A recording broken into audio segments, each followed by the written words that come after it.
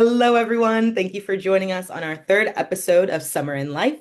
Today is all about healing, growth, and leadership from the inside out. And we have one of our trusted advisors, Karla, here to really tell us about her story and how that's impacted her entrepreneurial journey and how she can take a lot of those skills and expertise and learning to bring that back to our community as well. So, hello, Karla. Thank you for joining us today.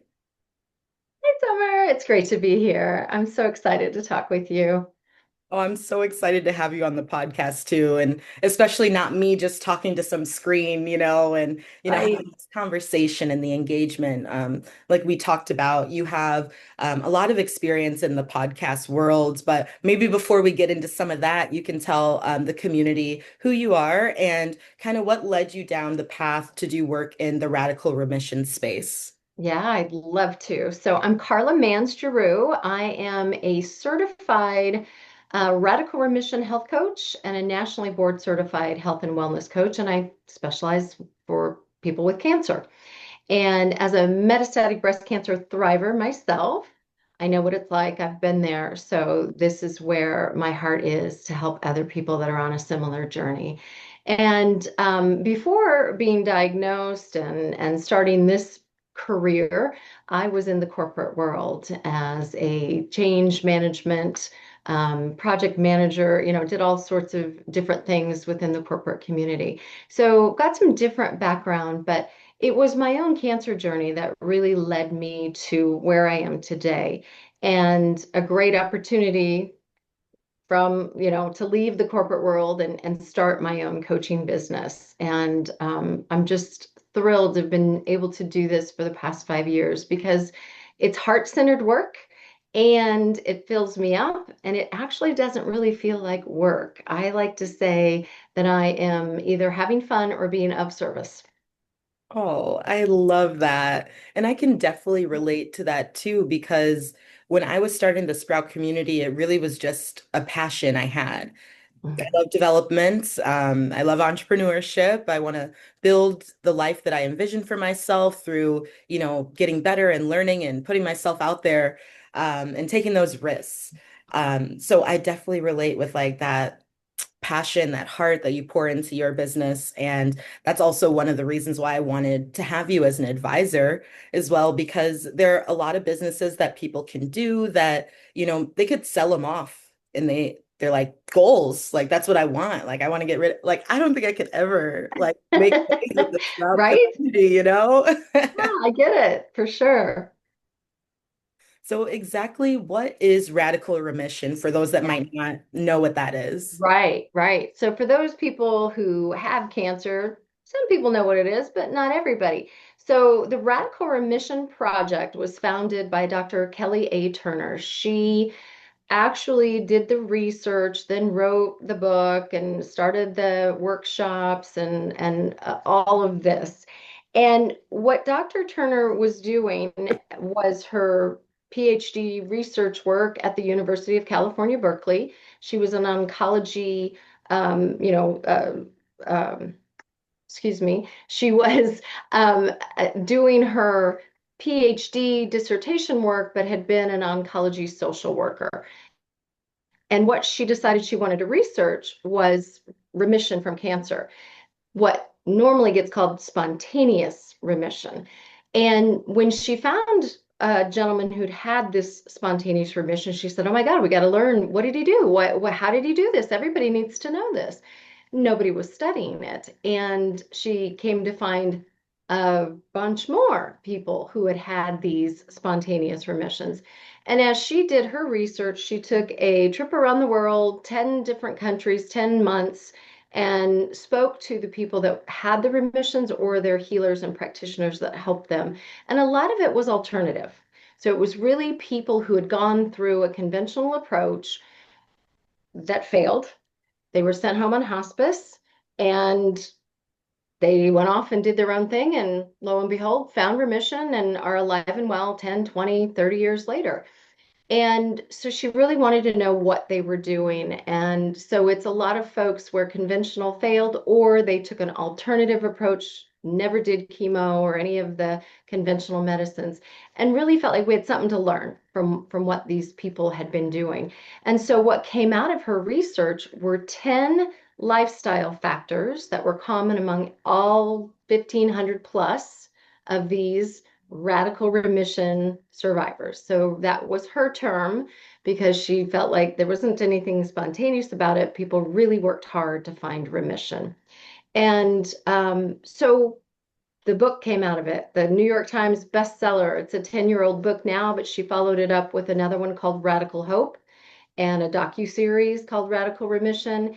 And it's 10 fairly simple lifestyle changes to make, but they're not always easy to make, if that makes any sense. So it's like, mental, emotional, physical, and spiritual things.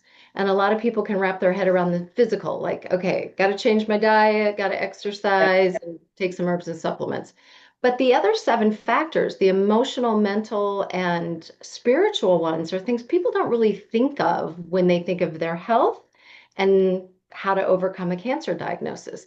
It's things like having a strong reason for living, following your intuition, deepening your spiritual practice. Wow. Yeah, increasing positive emotions and releasing suppressed emotions. So that's what this research came out with. And we continue to find people that are utilizing those 10 healing factors to overcome a dire prognosis. So the definition of a radical remission survivor is someone who never used any conventional medicine and overcame a dire prognosis, or really somebody that used alternative to get through any cancer diagnosis essentially is pretty astounding. Then there's those people that tried the conventional approach, which failed them, and they found their remission, even though they only had a 25% or less chance of 5-year survival. Oh, wow. And then there's those like me, the integrative approach is kind of a newer category. Her research didn't really look at the people that were doing both conventional and alternative, which is the integrative approach, right? That's become much more common in the last 10 years. And so people who've overcome a dire prognosis, we're talking to them all the time. Yeah. Yeah. That's And that's where my podcast experience comes in. It's talking to those people on the Radical Remission Stories That Heal podcast. yeah. And the experts, right? Yes, Bringing and that the experts, exactly. We talk to people that have found their remission and the experts, the practitioners or healers that have helped them to achieve that remission. in. This is so amazing. So this is one topical because I just watched this one show on Netflix called Apple Cider Vinegar. Oh, See that one based on a yeah. Actually, I didn't watch it because I heard enough about it. right. Dr. Turner watched it and she's like, this isn't helping sort of that integrative approach, that alternative approach. It's really puts things in a bad light. And of course, there's always pros and cons to things, Mhm. but that people faking a diagnosis to build a community and make money, and that's just icky. It's horrible. And there was no science or no research she based it on or backed it with. So that's why it's so amazing that it's like years of research. The book has been established and it's building upon that to give people a trusted place that they can go to, especially when you're in that vulnerable time of your life. Like you're probably willing to do just about anything if you do have that strong will to live. Absolutely. Yeah. And yes, you're right. It is a very vulnerable place for people to be, and they can get taken advantage of, spend a bunch of money, try all these things. So having the evidence-based researched approach is really important. And when Dr. Turner found these 10 lifestyle factors, she then also went and looked at independent research that backed it up. Why does strong reasons for living make a difference to your immune system and help you overcome a diagnosis? Well, it is so amazing that you and the team are doing that work because there is the need to have that There trust is. place, Yep. right? And Yep. to get the right information, trusted research. So you kind of mentioned how that was your opportunity to get out of the corporate worlds and working in the change management, which I also change manager, love change, and the project management that you were doing before. What was kind of that moment or that aha experience of I'm ready to take that jump? It was interesting because the 18 years I spent with one particular organization and moved into different roles, I loved the work that I was doing there. I enjoyed what I was doing. There were times when that particular role would get, okay, like I'm done with this. Can I, what else can I do now? Um, but honestly, it was just everything. It's like the stars aligned. And I had gotten the early stage diagnosis in 2003. It was the beginning of my career with this company. And then it was 11 years later when I got a metastatic diagnosis. So it had spread. It was stage 4, incurable. And that was a big eye opener. So I took time off from work and as at a director level, and it was just like, I got to step back. And when I went back to work from my 3-month medical leave, I'm like, 40 hours a week, people, at the most. I am not killing myself to work a corporate job.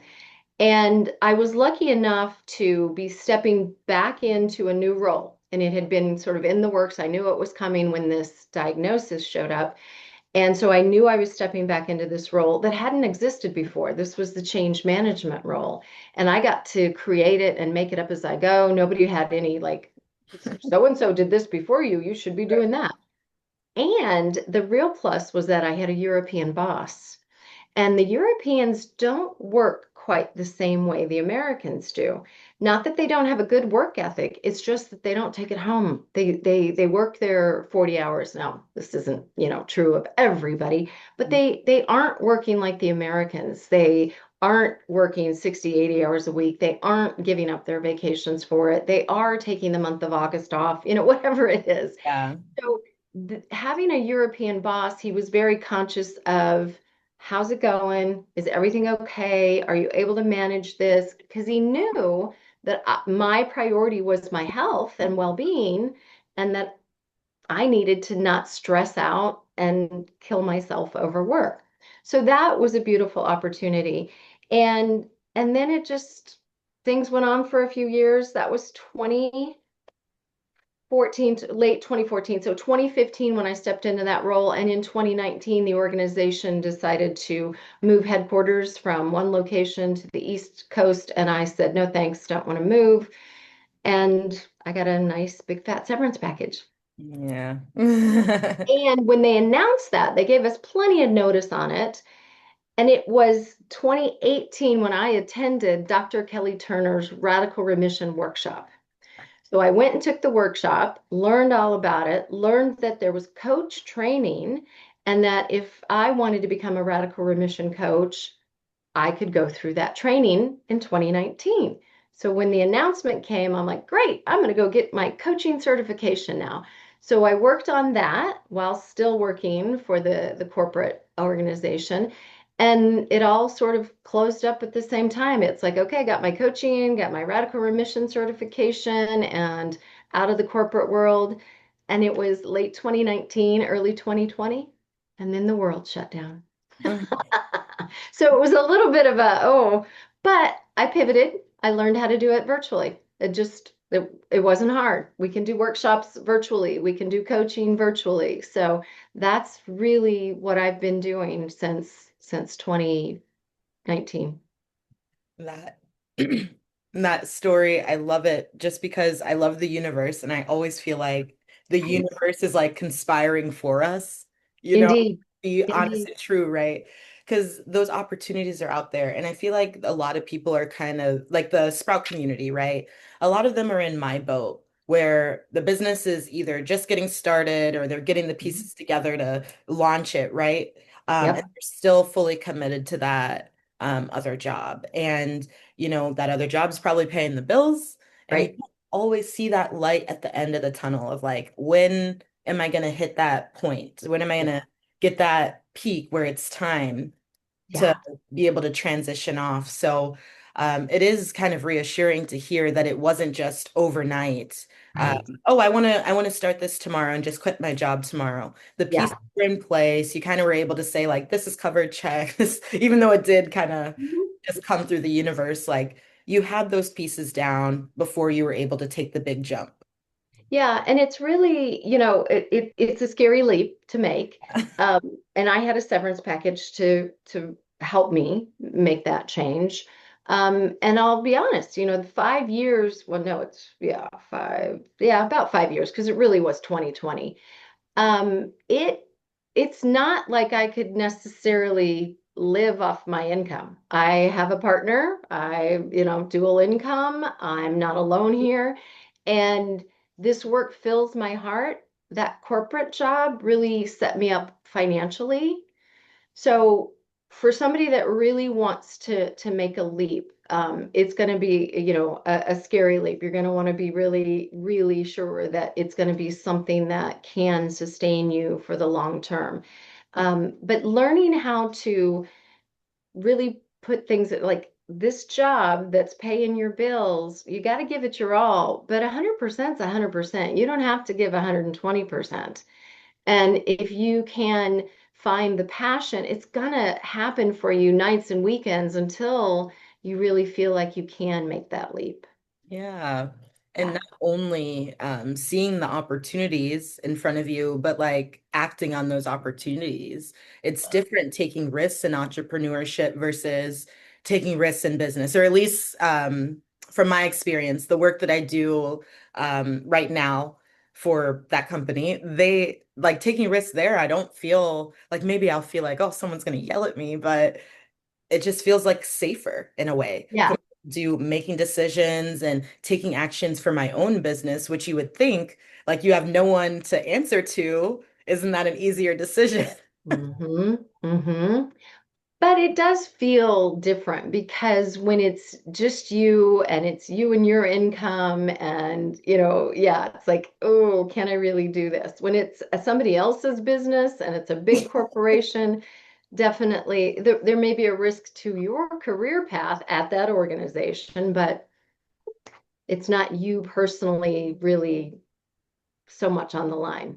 I mean, Yeah, I think you get what we both get what we're saying, I right? I definitely hope everybody what does. you're saying. There's actually one of the experts, his name is Vince. He's going to be speaking to the community about taking risks, actually, because it is so different. He's actually in the food industry, like the restaurant industry, one of the riskiest ones out Oh, there. yeah. So I think his experience will really put things into perspective and just putting yourself out there and learning from the mistakes because you have to walk through the door or you're not gonna get anywhere. Exactly. You got to ask. You got to get a no. You got to be willing to get a bunch of no's in order to get the yes. Mhm. Well, that'll be great. I can't wait to listen to that. Yes, I'm excited for it. So I met him when I was doing the Blocks reality show for entrepreneurs. And we weren't even on the same season, but they've all put us in a big group because, the community is so important, staying Mhm. connected with your network. So like I said, he wasn't even in my season and we were able to connect and find opportunities to partner. So hopefully that continues to happen through the Sprout community as well. But one of the things that this is even making me think about is like your own mindset, transitioning from radical remission, going back to work, then coming out of work and deciding to take this entrepreneurial journey. Like, what were the big mindset shifts that you had to experience to be successful? Yeah, it was still scary, even though I had the severance package. It wasn't like, oh, this is easy. It'll be great. And again, it wasn't like I made a ton of money in the beginning or that I'm making a ton of money now. But it's it's such important work to me. It does fill me up. And so it makes it easier for me to make the leaps. So initially, I went out into coaching business on my own, coaching as an individual practitioner, utilizing the radical remission healing factors. But then within the radical remission wider community of coaches, we all got together over the pandemic and put together live stream workshops, which made us realize, hey, this can be done virtually.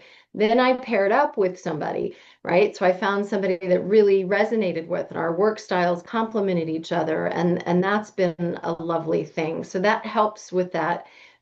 I'm not alone. I've got a partner, and being able to take these leaps, I had to learn to trust myself, to really believe in myself.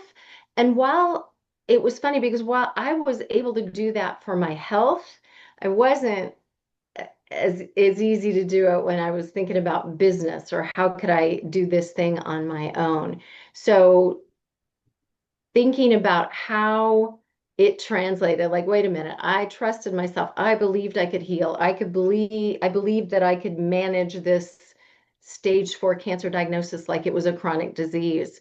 And I'm 8 years with no evidence of disease and, feeling absolutely as healthy as possible.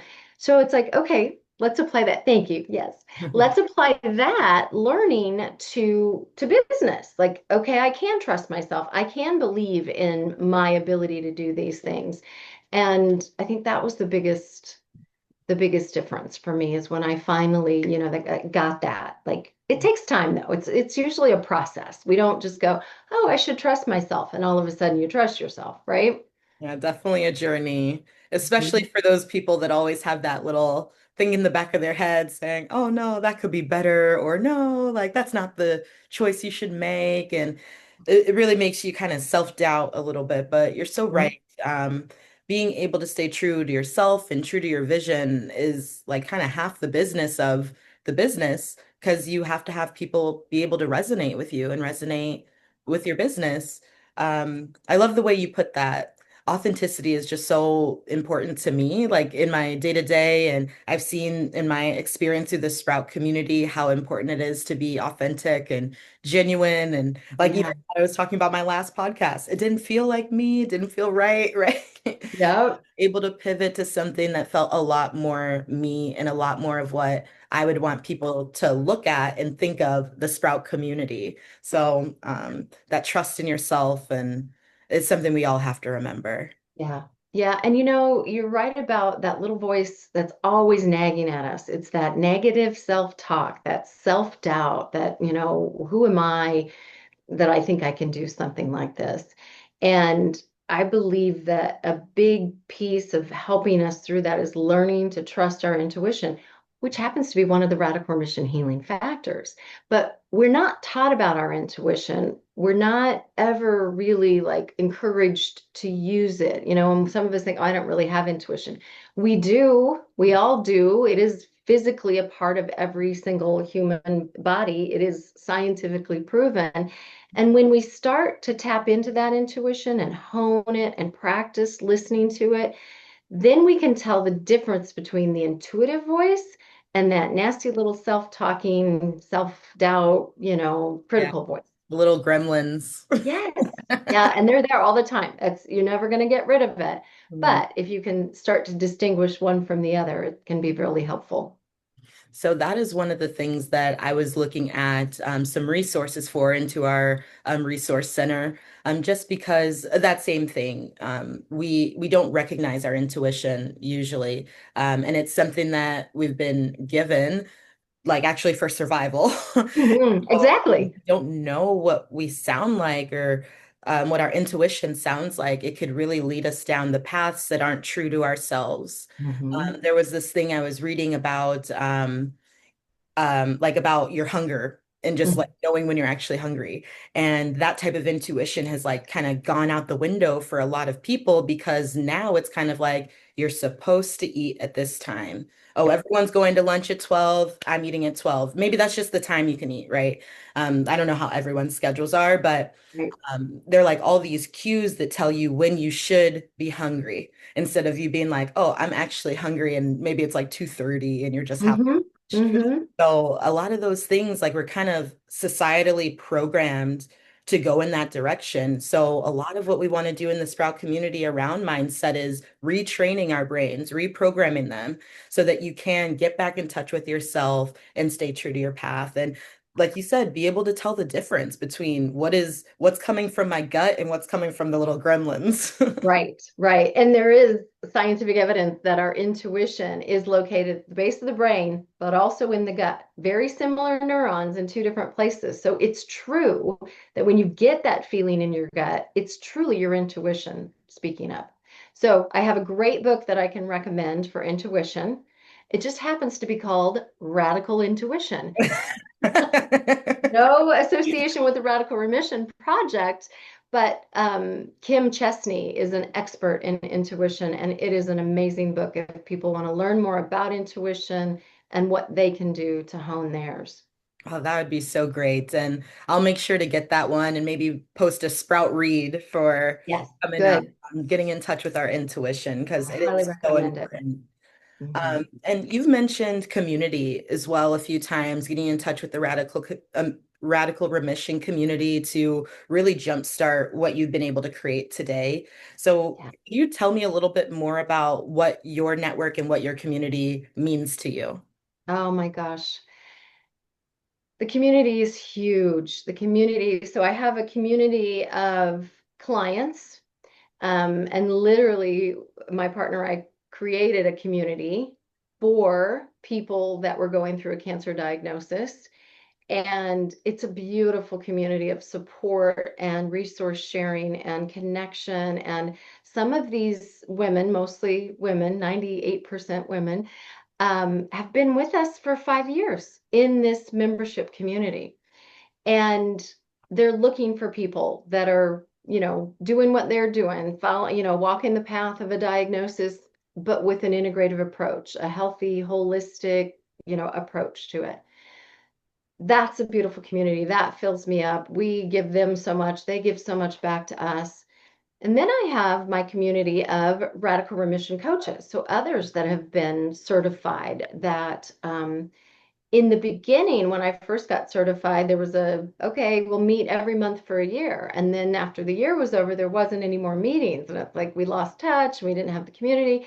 And so as my partner and I actually became co-directors of the Radical Remission Project, we brought the community back. So all of the coaches get together on a monthly networking meeting. We have a WhatsApp group, and there's constantly messages back and forth. We might be asking about, hey, I got a client that needs this, or I read this article on that, or here's a great modality, or here's a new doctor. So there's just constantly WhatsApp communications going on. And then this wonderful monthly, who else can join on Zoom and just talk about whatever we need to talk about, or just connect. It's beautiful. So, what do you think are the main things that you look to them for? Mm. It's with the other radical remission coaches, it's validation that, we're all doing good work and that we're moving it forward and that we're helping each other. Like we're not out to get each other. We're not in competition with each other. There's so many people out there with cancer that we need more cancer health coaches. We don't need to be in competition with each other. And so it's really nice to be able to help and to get ideas from each other and to share and really just keep lifting each other up.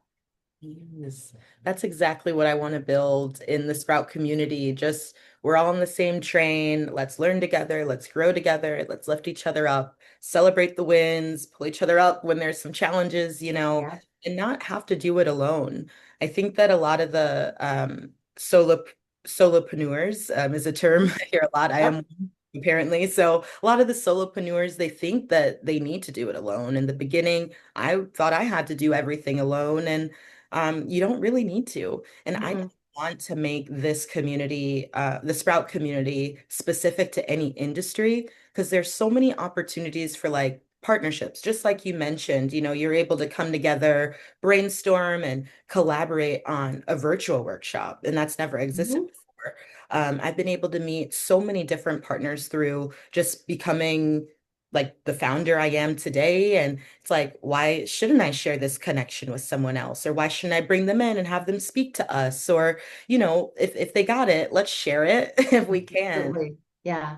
Yeah. It's not like these resources, partnerships, communities are, like you got to hold it close to you and not give it away. It's better if you share it because then it makes that community better. It makes everybody better.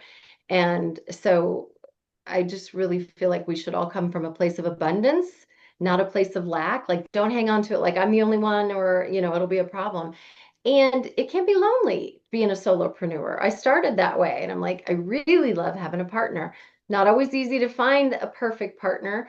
But if you don't want to have a partner, at least have a network of people that you can rely on for feedback, for inspiration, for lifting you up, or, pulling you out of that dark hole you fell into and haven't been able to get out of.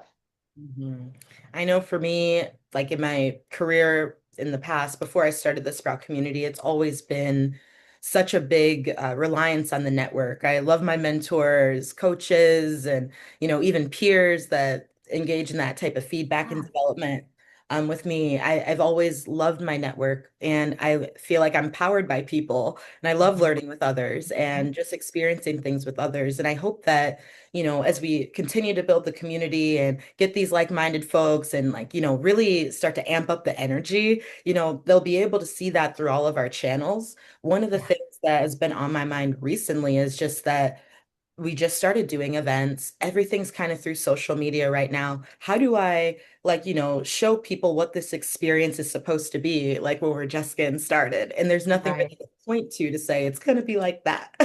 Right, right. It's like, come on, trust me, we're gonna Yeah. make something great here. I don't know what it is exactly gonna look like, but it's gonna be awesome. Mhm, Yeah, exactly. I think though you as a leader with a vision, um, it shows up. You are showing us what this community can be, what the Sprout community can be, and what people can get from it because you do have a vision of it. And you're inspiring in what you're doing, and you just put that intention out there, like you said earlier, and the universe will conspire to make it show up for you. You hear that, universe? Yeah. Summer camper needs you. Knocking at your door. No, but I'm Mhm. trying to be patient and, keep those kind of feelings of needing to do everything perfect right now, today, or nothing's right. And really like taking that step back that I might be putting a lot of effort in today doesn't mean I'm going to see the result tomorrow. I feel like that was like kind of the main thing after that launch event. Mhm. Oh yeah, I'm gonna Mhm. get some members. Like, let's see these numbers go up. No, no one actually got the membership right after. Yeah. And I Okay. definitely think there were some missed opportunities for myself for like, selling and whatever during the event, but there were a lot of people interested Yeah. in learning more, interested in just coming to some events, or Mhm. interested in the referral program and figuring out how they can get their people that they know connected to us. So it Yeah. wasn't like, a sunk cost or No. wasted. It just, I need to manage those expectations and manage my mindset. Yeah. Right.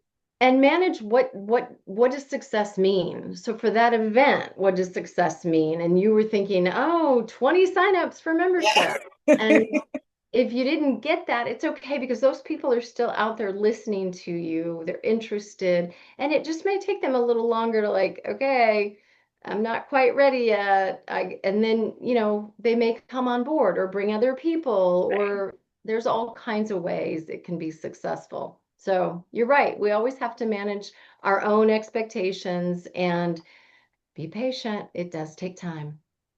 And for me, the community could definitely keep me grounded. I always tell people my brain is crazy. It's going one way, another. It wants everything now, or it wants everything yesterday. Exactly. So that community definitely keeps me grounded, keeps me having perspective. I was going to completely throw away that first podcast before we chatted. You know what I Yeah. mean? So sometimes, even though like we do need to stay true to our intuition, knowing the difference and getting that perspective from others can also be helpful to know what is me and what is that gremlin that's trying to Yeah. creep up on me. Yeah. And then you realize what you learned from that. Like, oh, by having that podcast and speaking about it, I can show other people what it's like, what the process of going through. I think I need to do this. And then it didn't feel authentic. So I know I need to change how I do this. Yeah. So when you think about just founders in general, first-time founders specifically, that might have been in my boat, thinking that they need to do everything and figure it out alone, like what advice would you give to them? Mm. I think that really important, we've kind of talked about some of this, like to really be patient and trust the process and the journey. You are always right where you're meant to be. And we can't hurry things along. Um, we do want things yesterday, but it can't come like that, right? We can't just have what we want because we thought of it. It does take time, and there's lessons to learn along the way and people to meet along the way. And I think it's really important to look at everything that crosses your path as a potential person that could help you, opportunity you might learn from, something that might refine your idea. It's just everything that every situation and person in our lives is an opportunity to learn something. And Mhm. so if we can really just kind of get patient and realize that, I think that's really important. Mhm. Patience is also a skill. Like It really is. the journey, right? Getting that Yep, patience. for sure. So, overall, we're kind of getting to the wrap up portion of Mhm. the podcast. So, overall, what is something that you wish more entrepreneurs, or maybe they don't even consider themselves an entrepreneur, maybe an aspiring entrepreneur, they have an entrepreneurial spirit, right? But Mhm. what do you wish that they knew about healing and building? I think that would Mhm. be a great take from you. Yeah. So, healing and building. So, healing, the thing that comes to mind for me is that, and from a physical, diagnosis sort of perspective, healing does not necessarily equal cure. So, healing can happen in all sorts of ways: mental, emotional, physical healing, spiritual healing, right? And healing to me equals wholeness. And if we can stand in a place of wholeness to then build the things we want in our life, I just think it's so important to remember that being whole is what our lives are about. Like, it's not all about business and making money and that, right? Because you also have to have this well-balanced life. And the reason that you want a good business that makes you money is so you can enjoy your life. So don't work 80 hours a week and never enjoy your life. And if you're doing that from a place of wholeness, you're typically going to be much more balanced and much more intentional and conscious about what you're building. Mm. Does that make sense? Absolutely. I know all of that is like bells and streamers, fireworks in my head because that speaks to me so much. When I first was starting the Sprout community, the messaging I would always be putting out there is like, you only have so much time in the day. You have to make space for the things that matter for you, or you're not going to be going to bed feeling satisfied. You're not going to be feeling like your life is fulfilled. You're probably going to be getting burnt out in whatever you're doing, even if it is close to your passion. You need Mhm. balance. And when you start to create that balance, it's about intentionality, Mhm. really. Like, what's Yep. the most important thing to do today? Or Yeah. what's the important thing for me? Right. And what's the most important thing you need to do today for your future self? Yes. Right? For the future that you want, right? And it sometimes is hard to prioritize like all the tasks you got to do. Well, which of those tasks are really most important? And don't forget to always carve out the space for your relaxation, your downtime, your enjoyment, the things that matter to you outside of your career and goals, etc. Mhm. And I Yeah. think a lot of the time, like in that high achiever mind, Mhm. it's kind of like go, go, go, go, go. I need to do everything.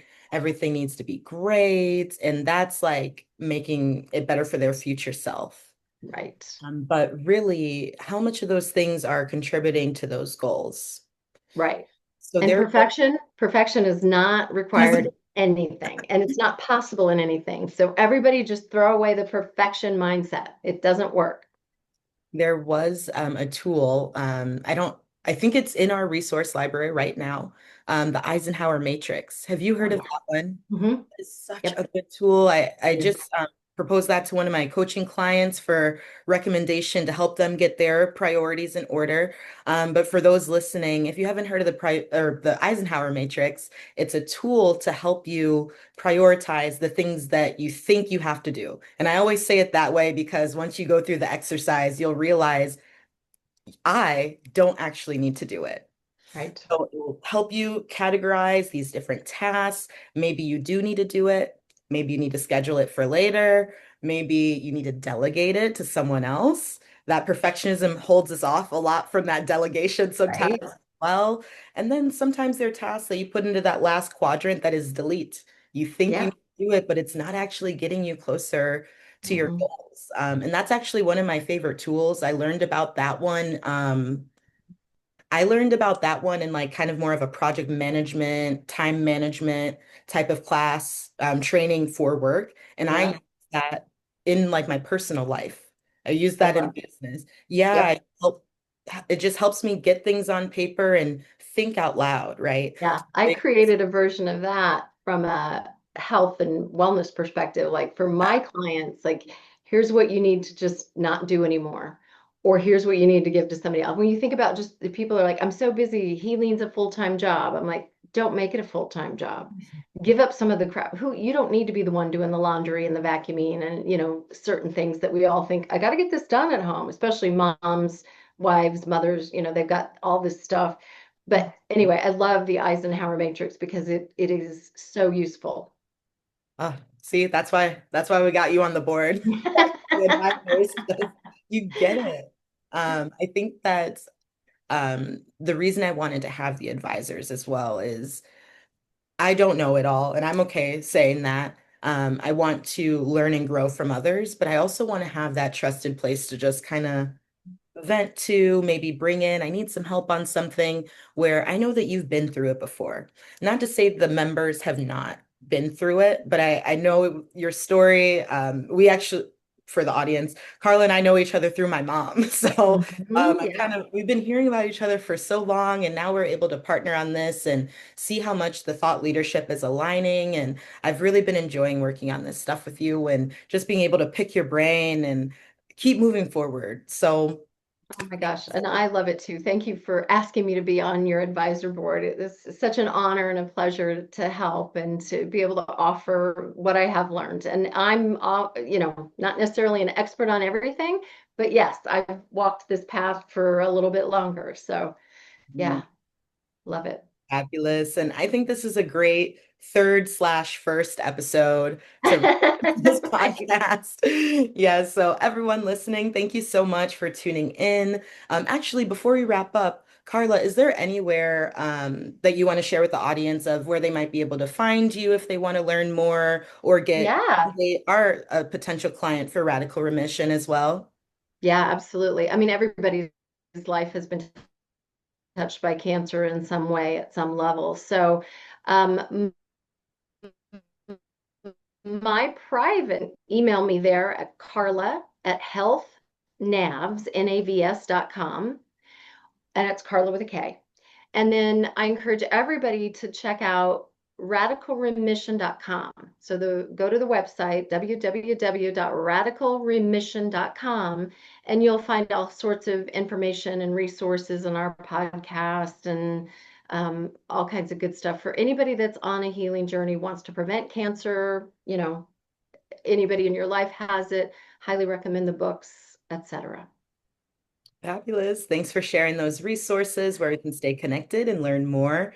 But yeah, we are wrapping it up now. Thank you everyone for tuning in. I feel so much better about this podcast, and I'm so excited to bring in more experts, more advisors, even some members to share their stories, and we can all get to know each other and just get our thoughts out there, right? And share it with the rest of the community. So tune in on, I think this is like Spotify podcast, Apple Podcast. YouTube to find this recording and the other podcasts that we'll have. But then you can always stay connected with us through our website. You can sign up to get on our newsletter list, or you can follow any of our social media channels through Instagram, LinkedIn, Facebook, or YouTube as well. So thank you, and we will talk to you next time on Summer in Life. Bye.